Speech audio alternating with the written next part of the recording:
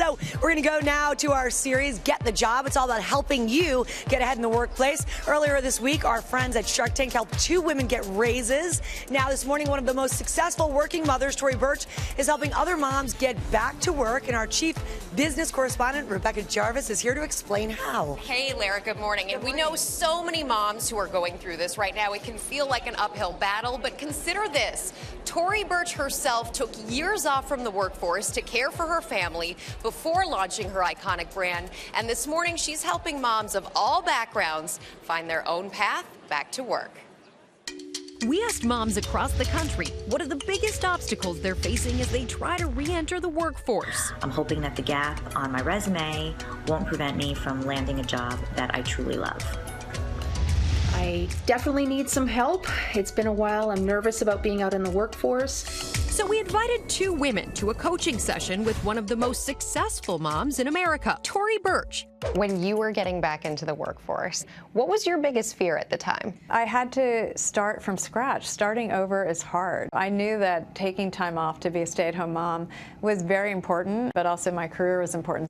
This is my favorite picture right here. Trisha is a stay-at-home mom. She'd like to get back to work, but it's been 10 years since her last job. We're a military family. I have 2 beautiful girls, Erin and Emily. And Emily has a fatal blood disease called Fanconi anemia. So our family deals with a lot of stress due to her health. What do you want to learn from Tory? How to interview, write a resume after 10 years, how to make myself presentable for potential employers.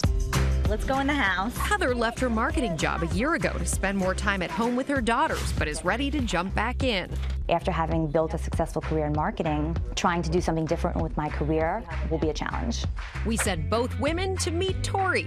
First up, Trisha. I started my career off as a teacher. Trisha discovering a valuable talent. Fundraising has been my outlet, and I've regained some of my identity. I worked with the Fanconi Anemia Research Fund. That's the disease my daughter has. Well, it's amazing because not many people love to fundraise. I think that really sets you apart a bit. I have more volunteer hours than I do classroom hours. How do I put that on paper? I wouldn't even reference that you have more this kind versus that. I would just say, this is what I've learned over the last 10 years, and these are the skills I have. Fundraising is a skill set. Nice to meet you. Now it's Heather's turn. Changing courses and building a case for a company to hire me without that direct employee engagement experience might be a challenge. I would work on some of the talking points around that. Working in marketing, it's a lot of skills you need for human resources, and I think that's going to be really important. It's people skills.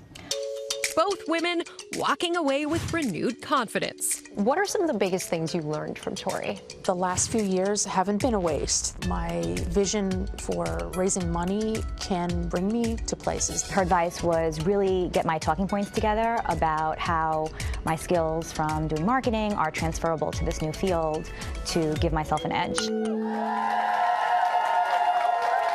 Way to go, Trisha and Heather. They're awesome, and thank you to Tory Burch for that great advice. She's fabulous. So now we're going to find out if our audience is ready to go back to work. You guys all have true and false paddles. We're going to ask you questions. Number 1, what is the correct answer here? Should we put our most... Wait.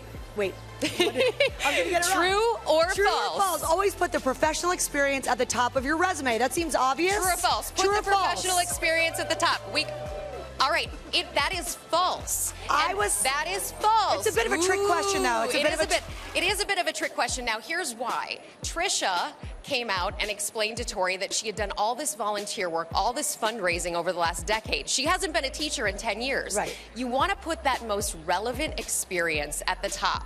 And that can be work experience, or it could be volunteer experience, or it could be something else. So and that's whatever really pertains important to what you're going for. Exactly, and your skill set. That's great advice. Okay, true or false, guys? Put the don't waste your time on a cover letter. Paddles up, true or false? True or false? Don't waste your time on a cover letter. Is that true or false? Okay, I like this. There's a lot Thank of you. falses. It is false, and the reason you do want to use a cover letter is because it's a great way to explain who you are, what your value is to your future employer. It's so much great advice and really relevant advice. Thank you so much, and thank you again Lara. to Tory Burch. And for more from Tory, check out Rebecca's series, The Worst Advice I Never Took. I love that title on GoodMorningAmerica.com. Well, hey there, GMA fans. Robin Roberts here. Thanks for checking out our YouTube channel. Lots of great stuff here. So go on, click the subscribe button right over here to get more of awesome videos and content from GMA every day, anytime. We thank you for watching, and we'll see you in the morning on GMA.